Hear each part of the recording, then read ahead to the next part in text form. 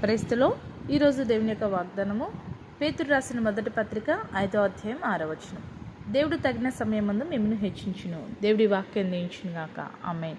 అవునండి, దేవుడు తగిన సమయమందు మనల్ని హెచ్చిస్తానని దేవుడు ఈరోజు మనతో మాట్లాడుతున్నాడు.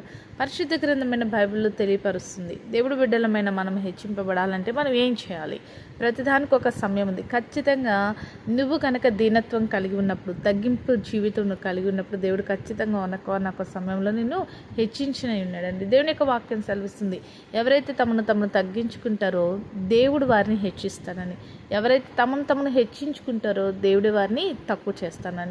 కాబట్టి మనము హెచ్చింపబడాలి అంటే తగిన సమయం అందు దేవుని చేత హెచ్చింపబడాలి అంటే మనం అన్ని విషయాల్లో కూడా తగ్గించుకునే వారంగా, తగ్గింపు స్వభావం కలిగే వారంగా, వినయం కలిగే వారంగా మనం ఉండాలని దేవుడు ఈరోజు మనతో మాట్లాడుతూ ఉన్నారండి. నిజమే, నువ్వు వినయం ఉన్నప్పుడు, తగ్గింపు జీవితం కలిగి ఉన్నప్పుడు, ఆ తగ్గింపు జీవితాన్ని, వినయాన్ని దేవుడు చూస్తూ ఉన్నాడండి.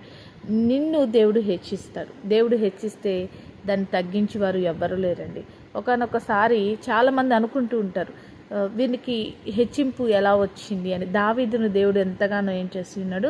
హెచ్చించాడు.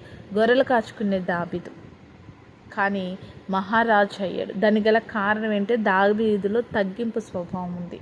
ఆ తగ్గింపు స్వభావం కలిగిన ఆ దావీదును దేవుడు ఏం చేశాడు? హెచ్చించినట్టుగా మనం చూస్తున్నాం. యోసేపు యొక్క జీవితాన్ని మనం కూడా చూసినట్లయితే తను ఏ పరిస్థితిలో ఉంచినా అక్కడ తగ్గించుకొని యోసేపు జీవించినప్పుడు మరి ప్రధానమంత్రిగా దేవుడు ఏం చేశాడంటే యోసేపు నిలబెట్టాడు. ఈరోజు ఈ వాక్యం వింటున్న నీవు కూడా అన్ని విషయాలు నీకు కలుగుతున్న ప్రతి పరిస్థితుల్లో తగ్గించుకో.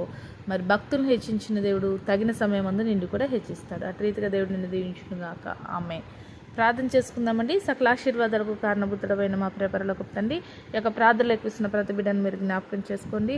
ఏ పరిస్థితులతో బిడ్డలు కృంగిపోక అన్ని విషయాల్లో తగ్గించుకొని వినయం కలిగి నిశ్చేత హెచ్చింపబడే కృపను దయచేయమని యేసు నామములో ప్రార్థిస్తున్నాం తండ్రి. ఆమేన్.